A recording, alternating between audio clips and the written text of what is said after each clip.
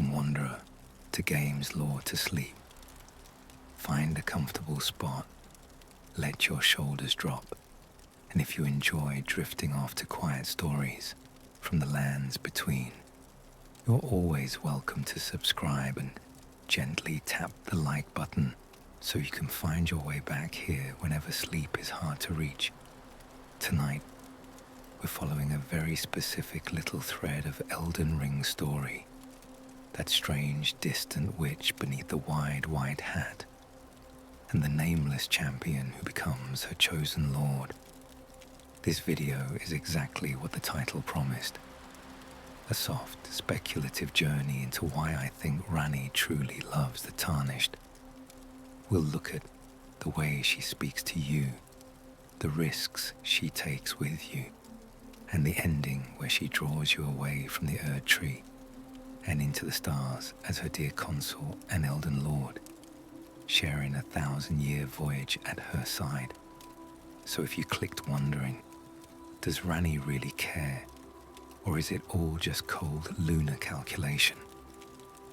You're in exactly the right place. Take a slow breath in and out. Let the world outside your room fade to a quiet blur. And when you're ready to close your eyes and listen, let's begin our descent into the moonlit question of why the Witch of the Stars might, in her own distant way, love the Tarnished who chose to serve her. Settle in and picture, just behind your eyelids, that lonely tower in Leonia of the Lakes. Mist rolls over the ruined stone walls. The skies are washed out blue, turning slowly toward night. And at the very top of the rise, in a quiet circular room lit by cold moonlight, she waits. A small doll-like figure, blue-skinned, wrapped in fur and fabric, her enormous hat casting her eyes into shadow. This is Ranni the Witch, Lunar Princess, traitor to the Golden Order, architect of a new age of cold starlight. And despite all of that, despite her power, her secrets, her sins, she speaks first to you. Before this moment, the Tarnished is just one more wanderer in the lands between, cast out of death, dragged back into a shattered world, guided only by a whisper of grace and the faint promise of becoming Elden Lord. The gods don't know your name. The demigods don't spare you a thought. Even the two fingers only point and twitch, sending vague hints rather than anything that feels like genuine care. Then one night, at the quiet church of Ella, a voice calls softly, "This way, Tarnished. May I have a word?" She does not appear as Ranni then, but as Renna, a stranger seated upon the crumbling ruins, lantern light flickering at her side. She offers you the spirit-calling bell. She speaks of Torrent as though she's been watching you. She says she saw you with the spectral steed, and that she sensed something in you worth investing in. In a world where most beings either try to kill you or use you as a blunt instrument, Ranni does something quietly different. She notices you. She chooses you, and she equips you with something precious before you've ever proven yourself. Is that love? No, not yet. But it's the beginning of something that could become love. Attention, curiosity, and a willingness to give you power. Much later, when you climb Ranni's rise and meet her again under her true name, the tone has changed, yet the pattern is the same. She does not flatter you. She does not call you champion or chosen one, the way other figures might. She's distant, aloof, speaking from behind a veil of formality and old grief. She calls you Tarnished the way someone might say stranger.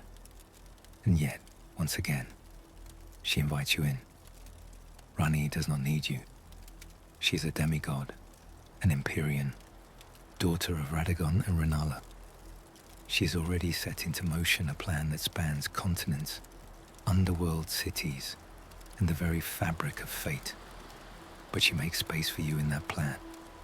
She offers you a pact, and with that pact, something very unusual in Elden Ring, a kind of honesty. She tells you outright that she has cast away her great rune. She admits she's opposed to the Golden Order and the Greater Will. She speaks of her own body, her own death, and the doll you see before you as a vessel, rather than a true, living form.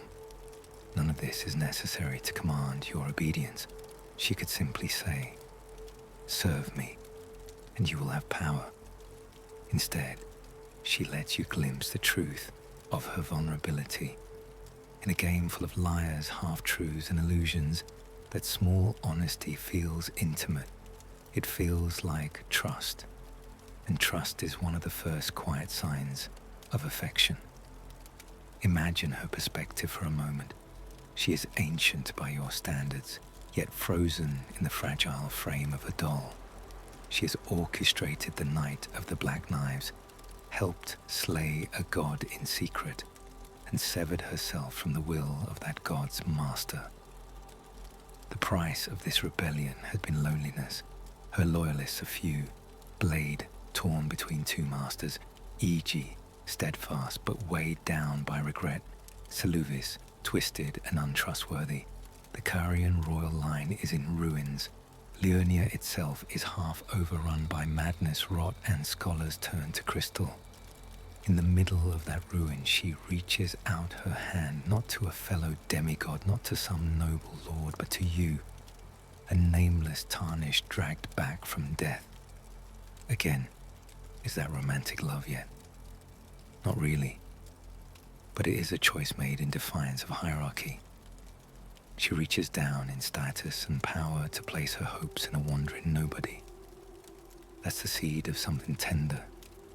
She believes you can stand beside her, not beneath her. The way she tests you also hints at something deeper. When Ranni sends you on your long, winding quest, through Nokron, through eternal cities, across scarlet rot and frozen wastes, she doesn't watch like the commander tracking a tool. She withdraws. She vanishes from her tower for a time, leaving only clues and faint traces of her presence. It's as though she's asking, will you still walk this path when I'm not watching?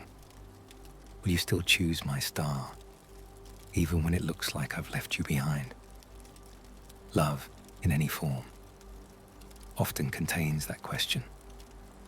Will you stay when it isn't easy? When you're not being praised or rewarded? When you're alone?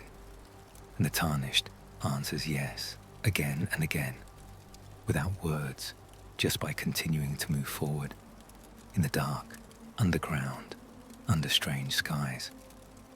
We can also look at how Ranni treats you compared to how others in the lands between treat their chosen followers.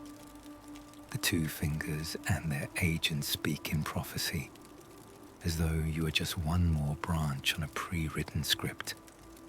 The demigods who remain often try to break you, mock you, or demand that you simply slot into their war. You are a pawn, a soldier, a sacrifice. But Ranni frequently addresses you almost as an equal in a conspiracy. Her voice is still formal, still distant, but there's a subtle, growing warmth in the way she acknowledges your progress. She sends you to where she cannot go. She trusts you with the most delicate pieces of her scheme, and she never once threatens to discard you if you fail. Instead, she simply waits, quietly betting everything on the idea that you won't. That patience is important. It suggests she isn't merely using you as a tool. She is allowing you the time and space to become the person she hopes you can be. A partner capable of walking beside a god of the cold night. Affection can be loud, shouts, declarations, dramatic gestures. Ranni's isn't. Ranni's affection, if we can call it that, is slow and quiet. She notices you before anyone else really does.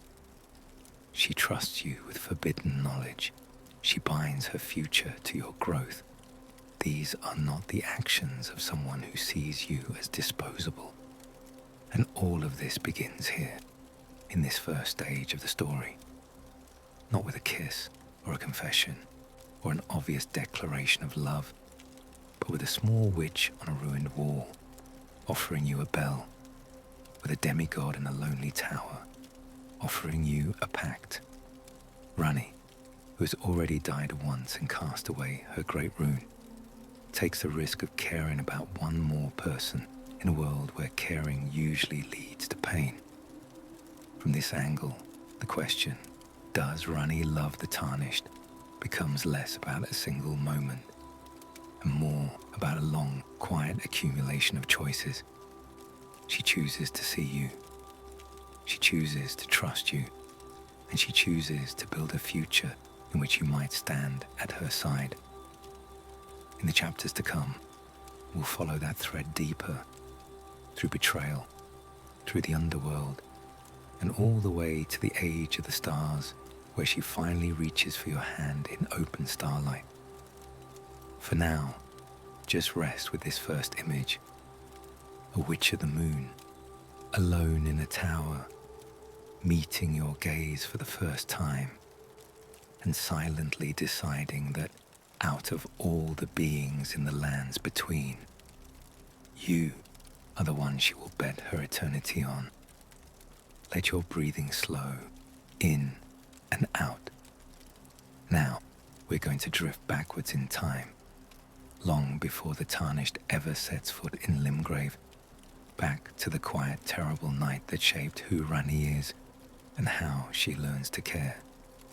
That night has a name whispered by scholars and knights alike, the Night of the Black Knives. On that night, assassins stole a fragment of the rune of death, turned it into blades wreathed in killing dusk, and struck down Godwyn the Golden, beloved son of Queen Marika. His soul died, but his body lived, warping into a grotesque, root-like corpse. The very same time, in a way less obvious to the world, Ranni killed her own body. Her flesh died, but her soul remained free, anchored to a doll, slipping the grip of the greater will. She was one of the architects of that night, one of the minds behind the plot that broke the world and sparked the war, cooled the shattering. So before we talk about love, we have to understand that Ranni begins from guilt, loss, and severance. Imagine what it means to grow up as an Empyrean, chosen to be a potential vessel of a god's will. From birth, you are watched by the two fingers, measured not by who you are, but by how well you can embody a cosmic plan. You are not expected to have a self. You are expected to be a function. Ranni looked at that fate, to become another puppet for the greater will, and said no. A rebellion wasn't a small act of disobedience, it was an act of self-annihilation. In order to escape being used, she chose to destroy her own mortal form. She doesn't simply walk away from the Golden Order. She tears herself out of it, root and all, leaving scars on the world that never quite heal. Now picture what that does to her ability to love. Love means closeness. Love means trust. Love means letting someone get close enough to hurt you. But every time Ranni has let herself be part of something larger, it has tried to own her. The Golden Order tried to script her fate. The greater will tried to make her a vessel. Even her own lineage, child of Marika's consort, tied to Renala, is a web of expectations and divine politics. So she learns a different survival strategy. Distance. She hides her true self inside a doll.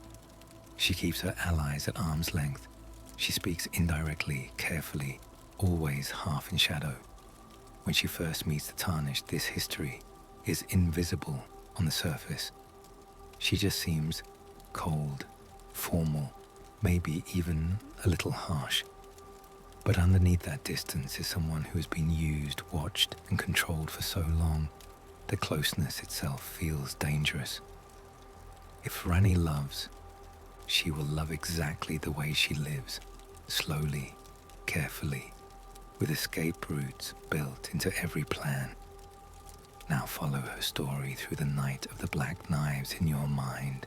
She works with unseen agents. She leans on knives wielded by others. She keeps her own hands as much as she can out of direct sight. That same pattern appears later in a relationship with you. She doesn't march at your side, sword in hand. She sends you quietly down into Nokron, across Noxtella, and eventually into the dark spaces beneath the stars. From the outside, that might look cold. Ranni's just using you. You're a pawn in her schemes. But listen to the rhythm of her involvement. She doesn't micromanage. She doesn't bark orders. She gives you a direction, a purpose, and then leaves enough space for you to decide who you'll be along the way. That's the opposite of what the Greater Will did to her. It's as if she's saying, I will not bind you the way I was bound. If you walk with me, it will be because you chose it, not because something divine forced your path. In other words, she refuses to love you the way a god loves a puppet. If she loves you at all, she wants it to be free love, your choice, not written fate. The Tarnished, meanwhile, is someone who has been abandoned by the world, branded with the curse of the Dung Eater, mocked by nobles, ignored by demigods. The Tarnished is, at first, just a wanderer with no place. Ranni understands that feeling more than she ever says aloud. She too has no true place in the Golden Order anymore. She cannot return to being a dutiful daughter. She cannot sit on a throne under the Erd-tree's shadow. She's a traitor, a ghost in a doll, a self-made exile. So when she looks at you, she sees someone else who has been pushed outside the neat boundaries of the world. Someone else who is supposed to accept a role, nod, and obey, but doesn't. From that shared exile, a strange compatibility appears. Both of you are cut loose from your original roles. Both of you refuse to be exactly what the world wants. Both of you are building a new identity, step by step. Love thrives in shared understanding. Ranni never says, we are the same. But her choices show that she recognizes something in you that mirrors herself. Think about the risks she takes that hinge on you. When you bring her the Fingerslayer blade, you're handing over the very thing that lets her strike at the two fingers, breaking their hold and ending their oversight of her. She ties the success of this rebellion to you, a nameless, resurrected warrior with no divine lineage. If she simply wanted a pawn, she could have tried to manipulate some lesser demigod, or an army, or one of the many powerful figures wandering the lands between. Instead, she entrusts the crucial steps of her plan to you alone. That choice is dangerous for her. If you fail, she fails. If you betray her, she is exposed. Trust this deep. Coming from someone whose last attempt at defiance literally ripped apart her own body and toppled a god's son is not a small thing. This is where strategy starts to blur into something warmer. She could have kept you ignorant, used you as a blunt tool. Instead, she lets you know, piece by piece, what she's really trying to do. To cast aside the Golden Order, to flee the Greater Will, to weave a new fate among the stars. Sharing your true dream with someone is one of the quietest, strongest forms of love. The Night of the Black Knives also explains her caution in how she expresses any affection she might feel. On that night, Every attachment became a potential weapon. Godwyn's bond to the Golden Line made him a target. Ranni's status as an Empyrean made her a threat to the greater will. Love, loyalty, family, all of it was twisted into leverage by higher powers. So now she hides her feelings behind distance. When she praises you, it's brief, almost offhand. When she cares, she rarely says it directly. Her affection is hidden inside actions, inside trust, inside the simple fact that she keeps you close to her plan and never once tries to replace you with someone else. It's like watching someone who has been burned by a fire, holding their hands close to the warmth again. Not because they've forgotten the pain, but because they're choosing to risk it anyway.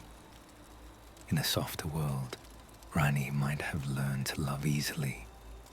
As a princess in a luminous academy, with a family unbroken by divine schemes, with a sky unscarred by burning branches and falling stars.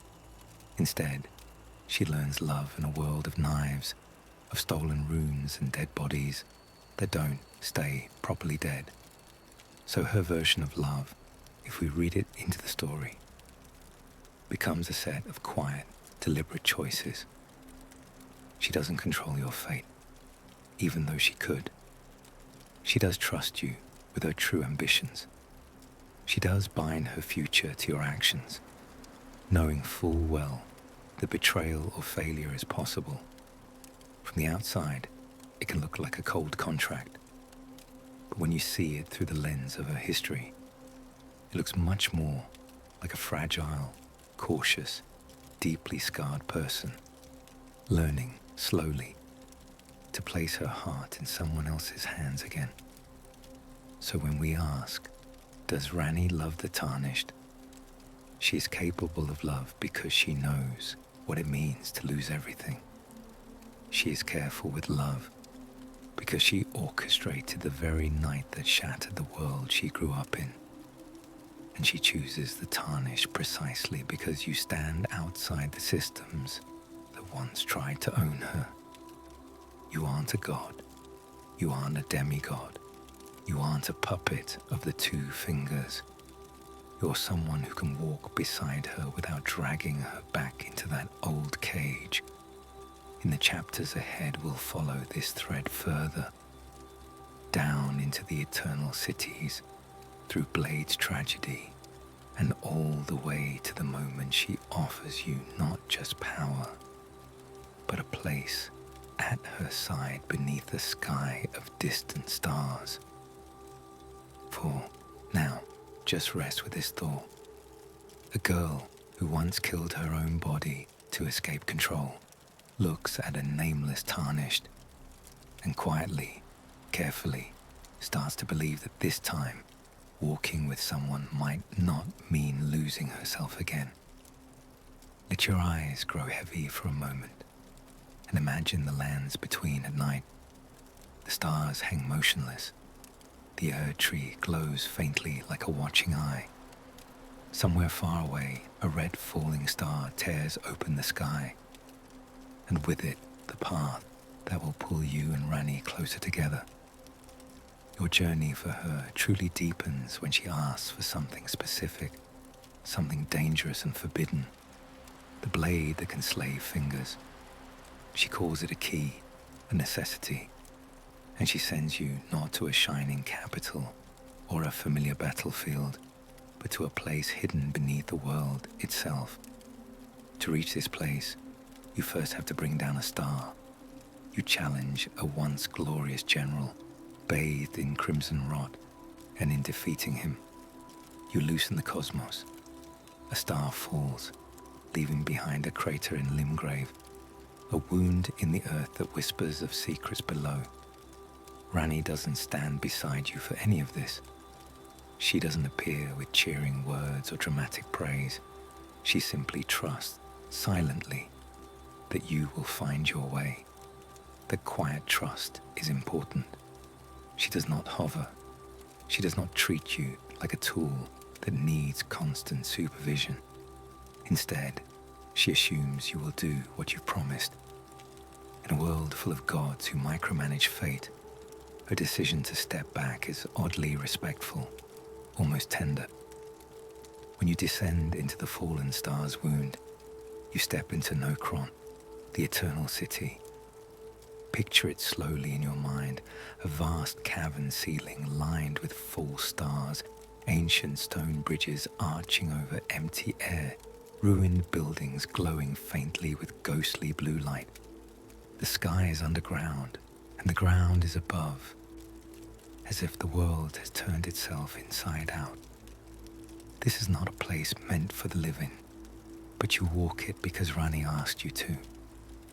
As your footsteps echo on the stone, it's hard not to wonder what she feels, far away in her tower, knowing that you are down here in the depths on her behalf. She cannot reach inside your mind. She cannot read your every thought. All she knows is that she asked, and that somewhere beneath the earth, you are either moving closer to her dream or lying still in the dark. To entrust someone with that much, without magical compulsion or divine chains, is a strangely vulnerable thing. As you explore Nokron, you face reflections of yourself, spirits, shadows, mimicries. There is even a version of you that rises up in your way, an echo made of fog and steel, forcing you to fight a mirror of the journey you've taken so far. If this were a story told around a fire, you could almost say Ranni is making you confront yourself before you can stand beside her. You must learn what you are, what you can do, what you can endure. Not because she wishes to break you, but because she needs you whole. Ranni's love, if we read it into these events, is not the kind that shields you from danger. It's the kind that believes you're strong enough to face it. Deep in that underground city, past spectral warriors and patrolling beasts, you finally find what she sent you for. A hidden chamber, an altar, and upon it, the Fingerslayer blade, a weapon that symbolizes rebellion against the very beings that once tried to claim Ranni's fate. When you lift it, you are not just holding a quest item, you're holding a piece of her story. This blade is the instrument she needs to cut herself completely free from the two fingers. It's dangerous, heretical, utterly unforgivable in the eyes of the Golden Order, and she trusts you to bring it to her, not an army, not a fellow demigod, you. It is as if she is placing in your hands the last sharp remnant of her rebellion and saying without words, if anyone is going to finish what I started, it will be you. That level of trust is frighteningly intimate. When you return to Ranni's rise and give her the blade, her reaction is typically restrained. There are no grand speeches, no flowery declarations of gratitude. Instead, she acknowledges your success in that cool, measured tone. A thank you hidden inside formal words, a flicker of warmth carefully masked by etiquette. And then she disappears. The tower falls silent. Her presence vanishes, replaced by locked doors and quiet rooms filled with her lingering scent of moonlight and dust. To some, this might look like abandonment. Is this all? She used me and left. But the pattern, if you look closely, is different. Ranni is consistent in her distance. She does not cling. She does not demand constant attention. When she no longer needs to watch you, she simply moves to the next stage of her plan and expects you, if you truly wish to follow her, to seek her out again. And that's exactly what you do. Your search leads you below once more, this time to the river systems and hidden pathways that connect the underworld like veins beneath the surface. In the quiet of Ainsel River, you find something unusual. A small, lifeless doll, that looks just like her. You rest at a sight of grace and a prompt appears, an invitation to talk to the miniature Ranni. At first, she refuses to answer, brushing you off, stiff and curt, as if maintaining that old, familiar distance. But if you insist, if you keep choosing to speak to her, she eventually relents. Her voice slips into the silence again, tinged with a faint surprise that you were so persistent. This little exchange is easy to overlook mechanically, but in terms of feeling, it's important. It shows that Ranni expects people to give up, to stop trying, to walk away when she retreats. When you don't, when you gently, repeatedly reach out to her, you demonstrate something she isn't used to. Someone who chooses her again and again, without being forced or rewarded immediately. For someone shaped by betrayal and divine control, this kind of steady, voluntary loyalty can be deeply disarming. She then tasks you with defeating a dangerous shadow, a hunter sent to snuff out her little fragment of self in the river. You do so not in her sight, but in lonely tunnels and dim-lit chambers deep below. When you succeed, she acknowledges you once more. Small praise, quiet approval, and another step deeper into her confidence. From there, your path leads toward Nokstella, another eternal city. This one drenched in stormy silver light and heavy, oppressive atmosphere. As you walk through its gleaming halls, you battle strange, regal enemies and watch lightning flicker silently across the subterranean sky. Every step forward is a silent answer to a question Ranni never quite dares to ask out loud. Will you keep going? Even now? Even when I am just a voice in a doll, far away and half hidden? And your answer, with every enemy you defeat, every bridge you cross, every secret you uncover, is yes. Think of what it means, from Ranni's perspective, to have someone who responds to her distance not by turning away, but by following the trail she leaves. She withdraws to protect herself. She hides her true body, her soul split from flesh, her emotions cloaked in formality. Yet the Tarnished keeps coming, keeps seeking, keeps choosing her route instead of the simpler paths offered by more direct, more obvious powers. Where the greater will commands, Ranni merely invites. Where the Erd tree looms in undeniable brilliance, Ranni is just a whisper from a doll in an underground river. And yet, you choose the whisper. That choice alone speaks of a bond stronger than any formal declaration. As Nokstella leads onward toward darker, more dangerous places, toward stagnant crimson waters and forgotten mechanisms, you find more evidence of the cost of walking her path. You discover traces of blades unraveling, echoes of Iji's fears, and the sense that everyone who stands with Ranni pays a price for defying the order of the world. She knows this. She has lived it. She has watched friends and servants pulled, subtly and violently, against her by the powers she defied. So each time you move forward, each time you refuse to break or turn back, you are also telling her implicitly, I know the risks, I see the dangers, I'm choosing this anyway. That is, in its own quiet way, a confession, not of romance, not yet, but of allegiance, devotion, and trust so deep that it begins to look very much like love. By the time you have traversed both eternal cities, faced shadows, reflections, and the stagnant remnants of forgotten ages, you and Ranni are tied together by more than a simple quest line.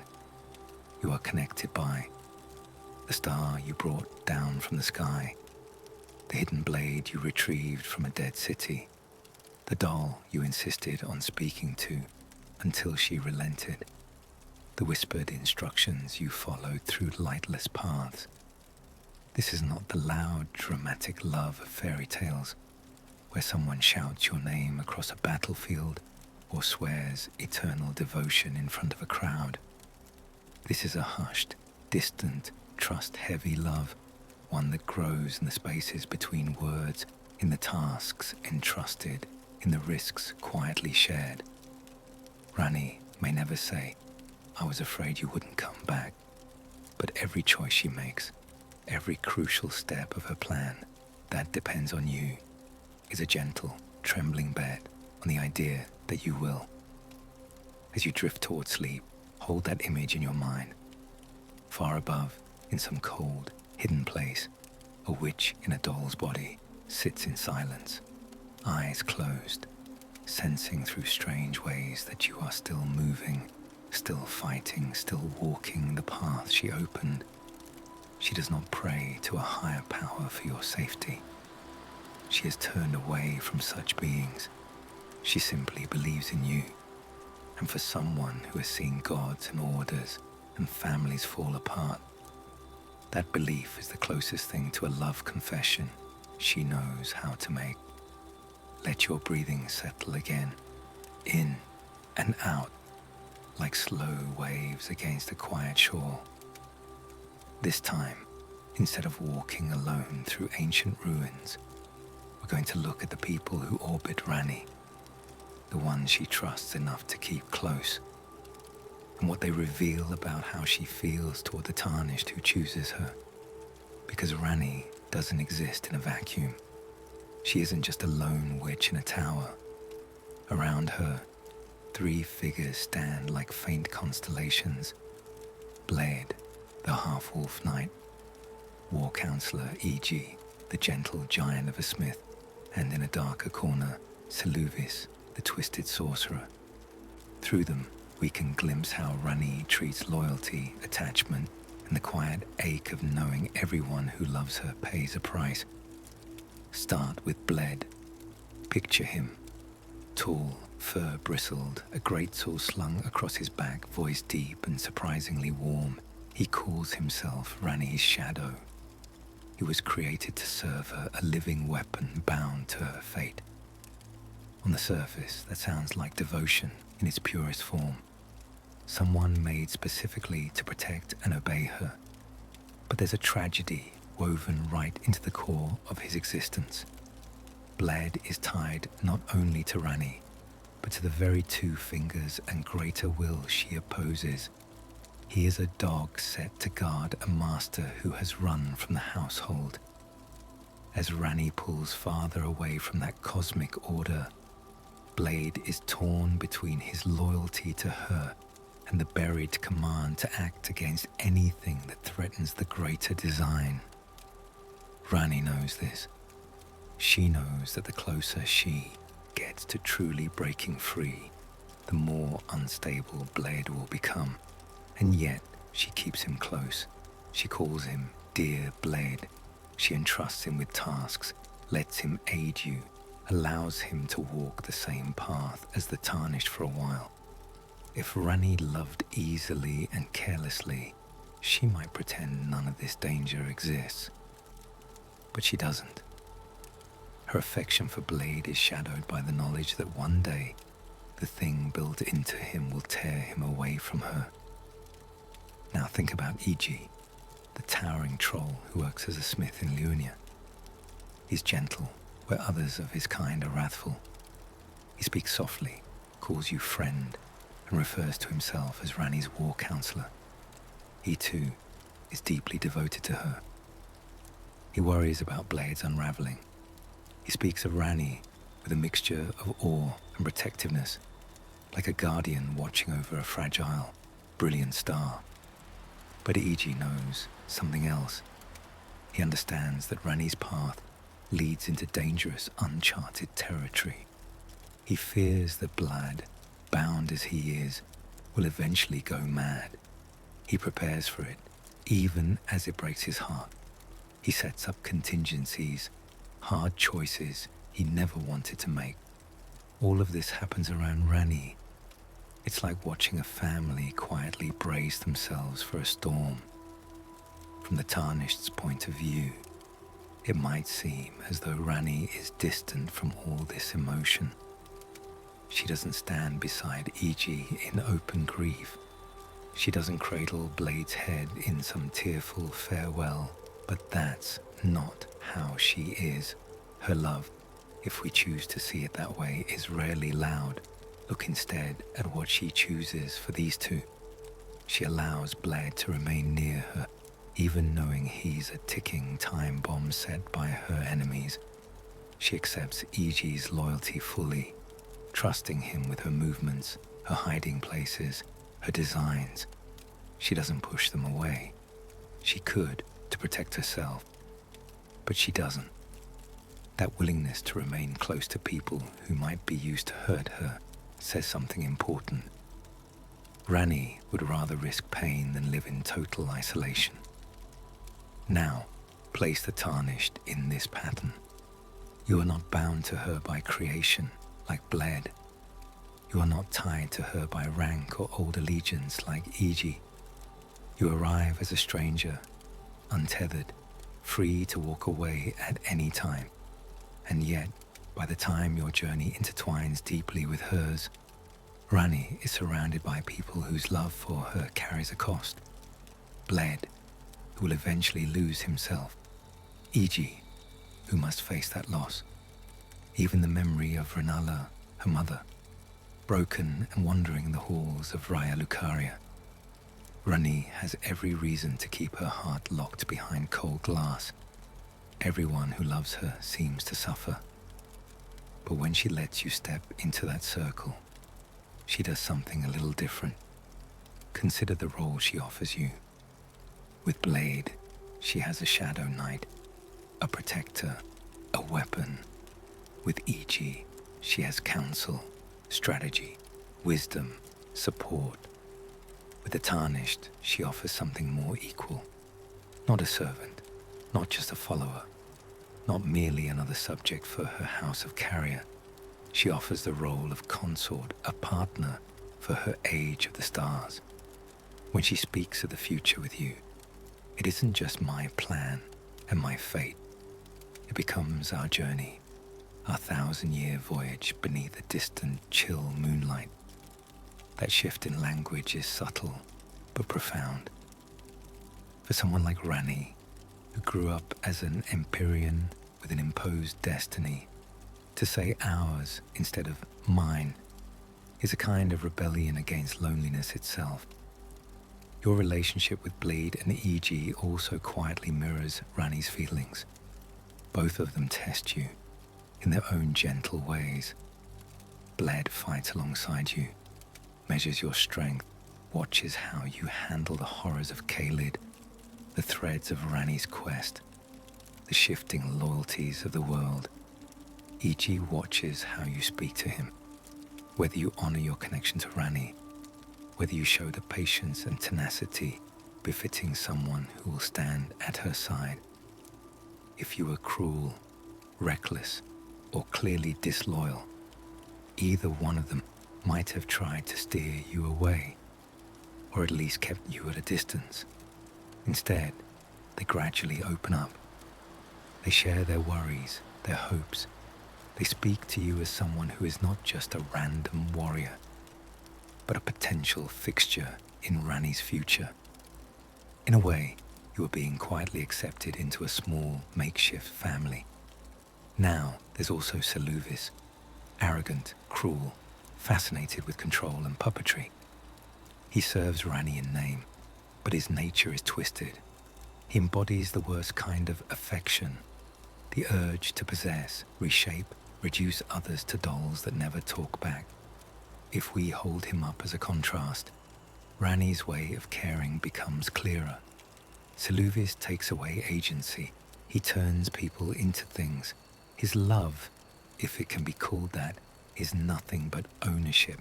Ranni, on the other hand, refuses to treat you that way. Yes, she has secrets. Yes, she moves in shadows. Yes, she hides her true body and motives for a time. But at every crucial point, she leaves room for you to decide.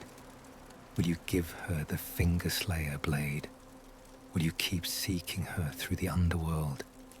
Will you choose her ending over simpler, more traditional paths? She offers you a place not as a doll, not as a slave, but as a partner. And that is the very opposite of what someone like Sylluvis does. Ranni surrounds herself with one being of twisted control and three beings of genuine loyalty. The fact that she ultimately aligns herself with trust and partnership rather than possession says something hopeful about her heart. There is a moment, once you've come far enough on her path, where Bled begins to slip. The chains inside him tighten. The part of him bound to the greater will starts to see Ranni as a traitor to be eliminated. When that madness finally surfaces, the result is heartbreaking. Blade, faithful to the end, loses the battle inside himself. You may find him in a state where he must be put down, howling, sword drawn, unable to reconcile his love for Ranni with the order carved into his soul. E.G. mourns this. He may even fall himself under the weight of everything that's happened. And where is Ranni? Far away, already stepping toward the distant stars. It's easy, from a cold angle, to say she simply abandoned them, that she cared more about her plan than their lives. But if you listen to the tone of her words, to the way she speaks about those who served her, there's a different possibility. She knows that staying close to them would only make the chains pull tighter. The more she lingers, the more Blade is torn apart. And so, in the saddest way, leaving is also a twisted act of mercy. She keeps moving forward, not because she doesn't care, but because turning back would invalidate everything they suffered for. This too affects how she sees you. You are the one person in her orbit whose fate is not hammered into shape by the greater will. Your body is not a puppet. Your mind is not wired with secret instructions. Your service to her is not written in the stars. You are, in a very real way, the only one who can stand beside her without being slowly destroyed by that choice. So if Ranni loves the Tarnished, part of that love might simply be relief. Relief that for once she can care about someone without that care automatically dooming them. Bled and E.G. are tragedies. You are a possibility. By the time your paths have woven through war-torn fields, eternal cities, and the quiet sorrow of those who served her, the shape of Ranni's feelings becomes clearer. She values loyalty deeply, but she doesn't want it to be forced. She accepts that love can hurt because she's seen it tear her allies apart. And yet, she still chooses to draw you into her most intimate plan. A future not of thrones and sermons, but of a long, silent journey far beyond the Tree's light. In that future, there is no place for Blade, no place for E.G., no place for the old gods and their schemes. But there is a place for you, a seat at her side, a role as her consort, her equal in a distant, frigid age of stars.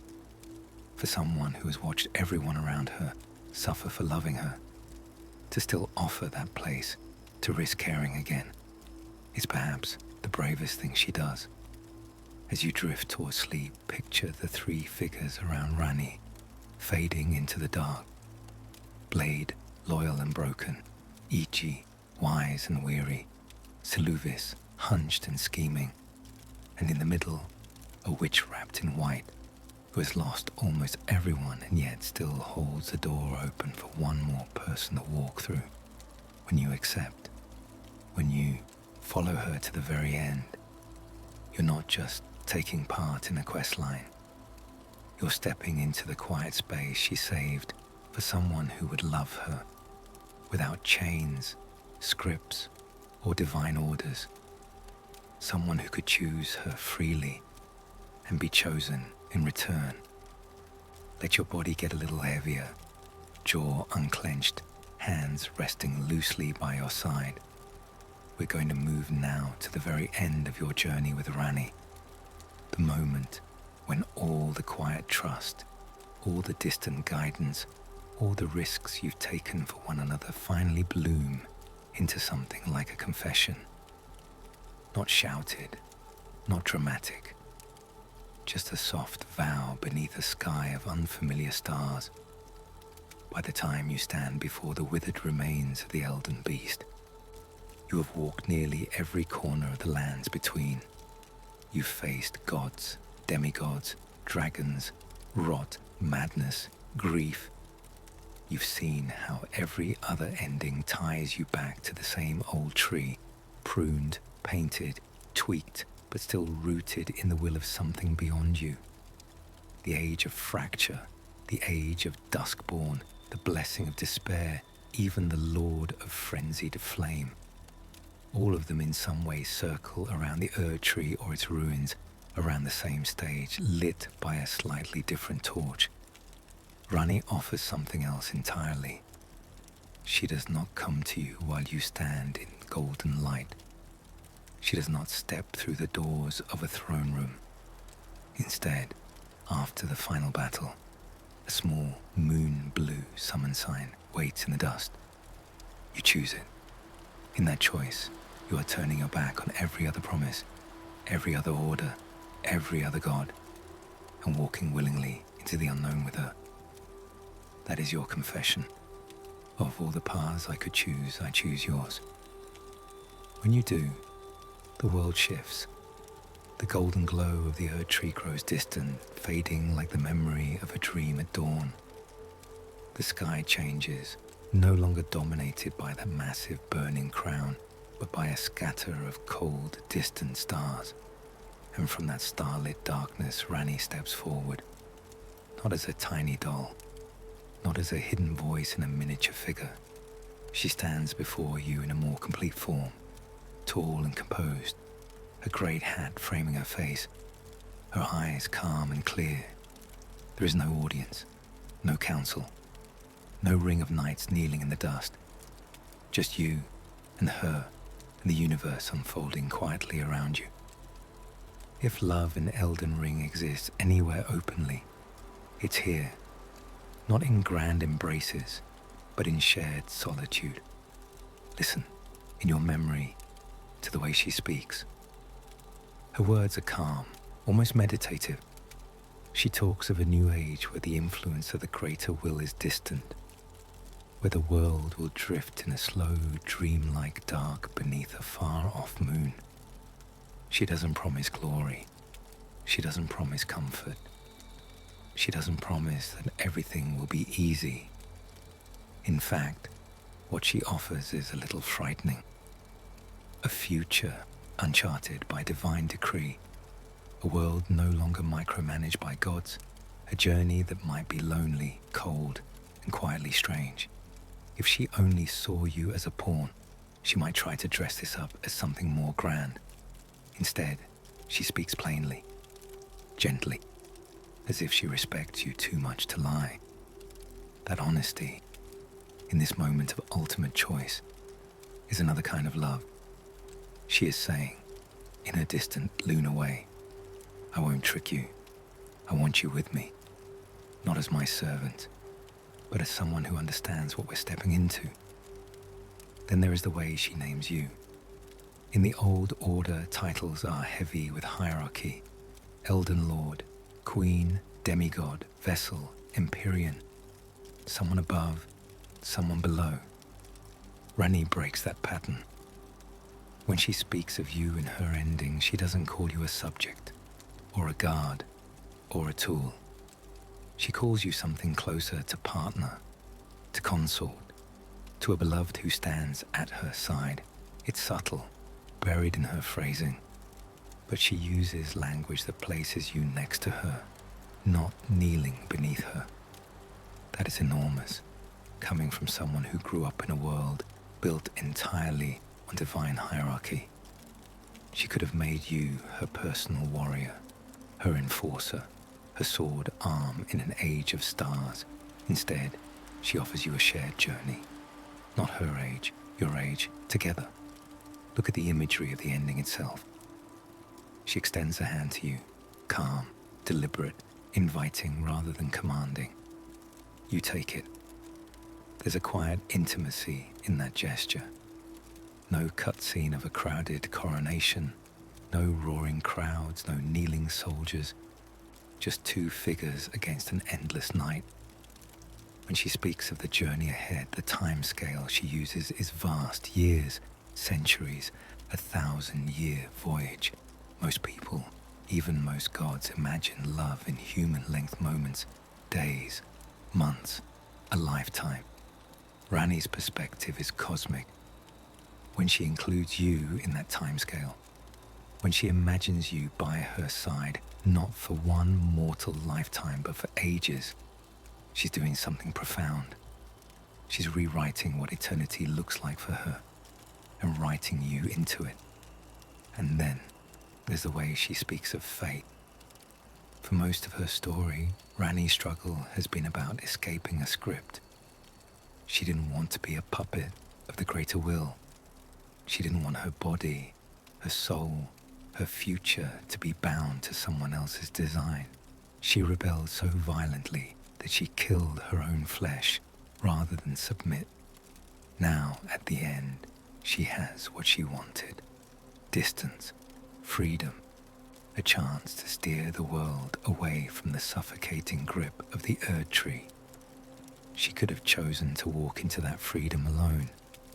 That would have been the safest option, emotionally. No one to lose, no one to disappoint, no one to hurt her or be hurt because of her. Instead, she looks at you and says, in her own words, "Come with me into a fate unwritten. Not because I need a tool, I already accomplished my rebellion, but because I want you there." That is the key difference. By the time you reach her ending, she no longer needs you to complete her plan. The hardest parts are done. The gods have fallen. The old order is broken. Your presence at that final moment is not about utility. It's about desire. She wants you there. There's also a small, easily missed kindness in how she frames the age to come. She doesn't call it your reward. She doesn't posture as a benevolent deity blessing a faithful servant.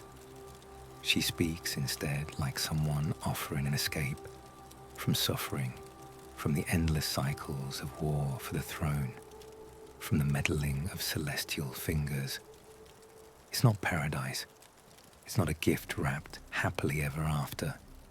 It's more like saying, let's leave this behind. Let's go somewhere the noise can't follow us. For a Tarnished who's been stabbed, burned, cursed, mocked and resurrected again and again, that invitation is deeply compassionate. Ranni could have tried to build a new rulership atop the old scars. A different god, a different throne, same endless struggle. Instead, she suggests something quieter. Distance, silence, rest, wither. If you imagine this ending without the combat, without the titles, without the cosmic scale, it looks very much like a smaller human scene. Two people standing at the edge of a city that has hurt them both. One reaches out a hand and says, "There's nothing left for us here.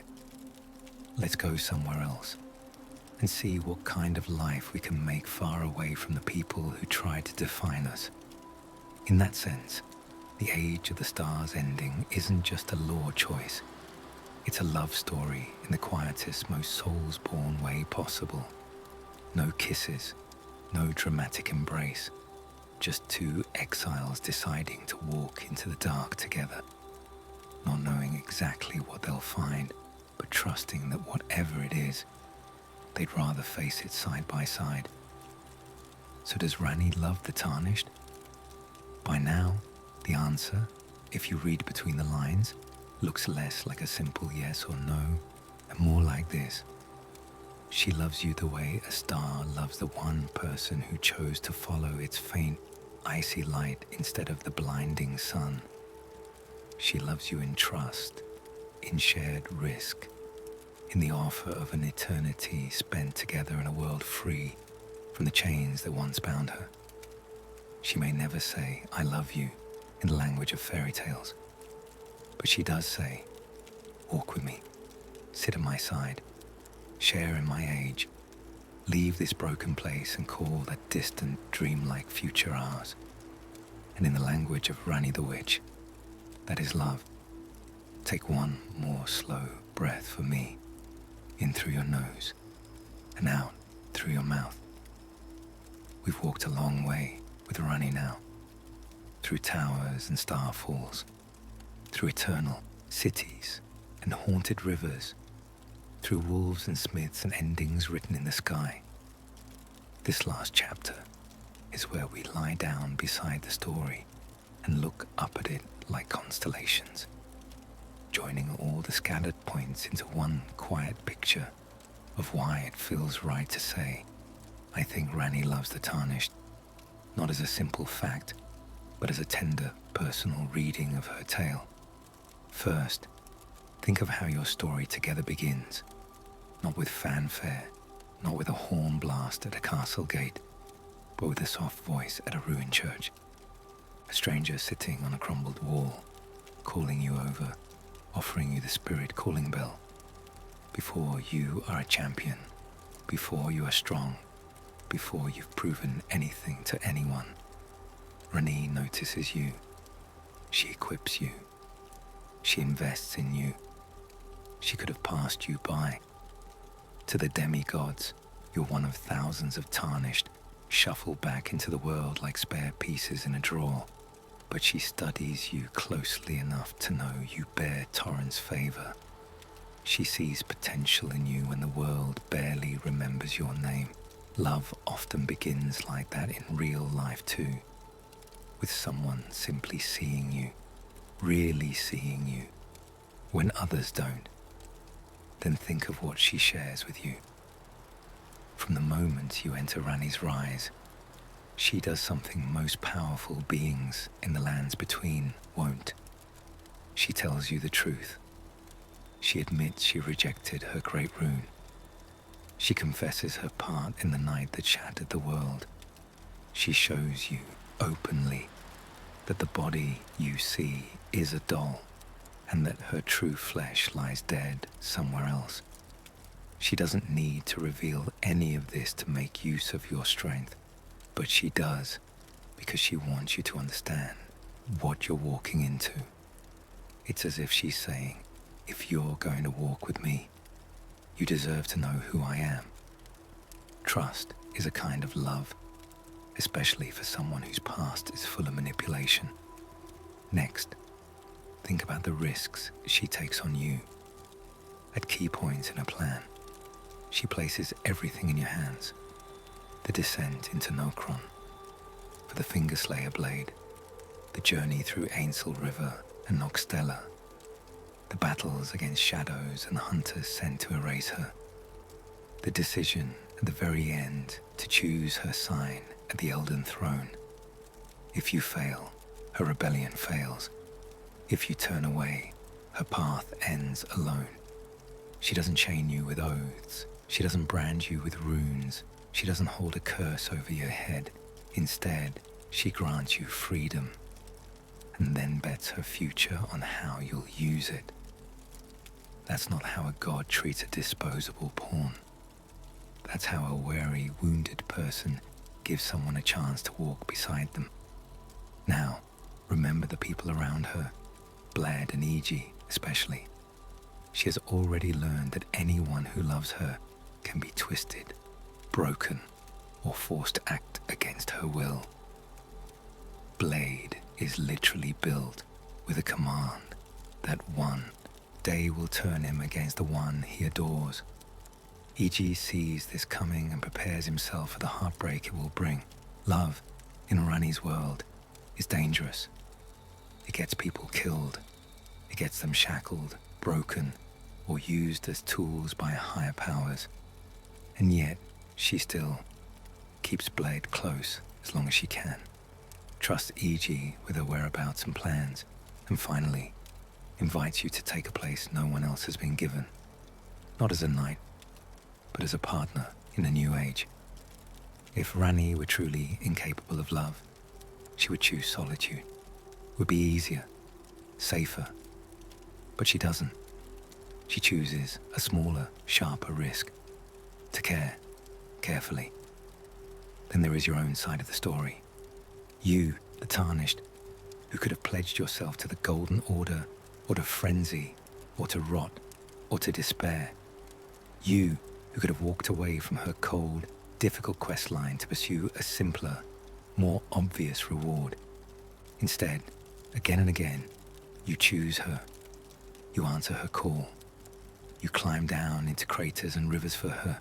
You talk to her little doll over and over until she finally answers. You treat her secrets with respect instead of exploitation. And at the end of all things, you take her hand. Love isn't just a feeling from one person to another. It's a bridge built from both sides. Ranni's side is made of trust, risk, and the space she keeps saving for someone in her future.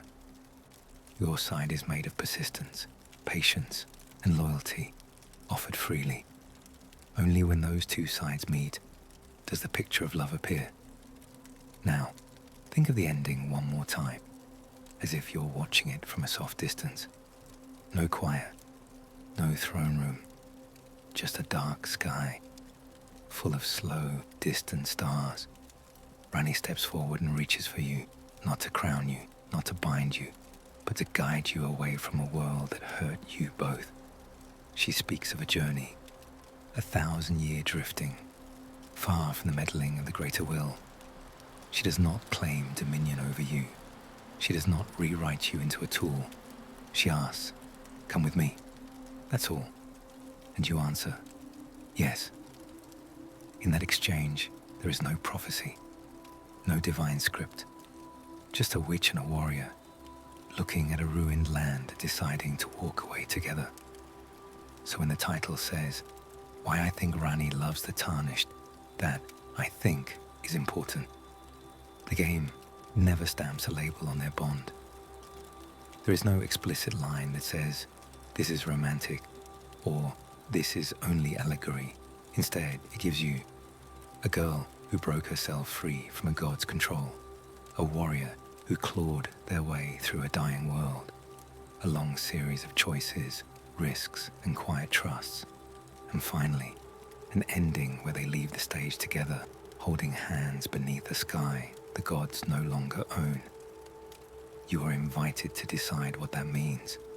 To some, it is strategy, a mutual alliance, a partnership of convenience. But to a sleepy mind, lying in the dark and listening to the story, it feels like something gentler. Two souls who have been used, watched, and wounded by fate, finding in each other one person who sees them not as a pawn, not as a vessel, but as a companion. If that isn't love, it is at least close enough that you can curl up with it like a blanket and drift off, imagining the two of them sailing slowly through the stars, speaking in that calm, soft way she always uses with you. Not my champion, not my tool, but my consort, my chosen, the one who came when I called and stayed. As you let your eyes grow heavy, you can picture them out there, somewhere in that distant silver dark sky. Ranni, quiet and thoughtful, and you, the Tarnished, finally allowed to rest, far from golden light and shrieking war horns. No one shouting orders, no gods reaching down with unseen fingers, just stars and time and the soft, steady comfort of not being alone anymore. Whether you call that love or not is up to you. But here, in the gentle hush before sleep, it feels very much like it is. And so, our little moonlit journey comes to an end. From that first quiet meeting at the church of Elden to the eternal cities, to the final choice beneath a fading tree. We've followed the soft silver thread of a witch who refused to be a puppet, and a tarnished who chose her again and again. Whether you see it as romance, as partnership, or simply as two lonely souls sharing the same path, it's hard not to feel something gentle and bittersweet in the way Ranni reaches out her hand at the end and invites you to leave it all behind.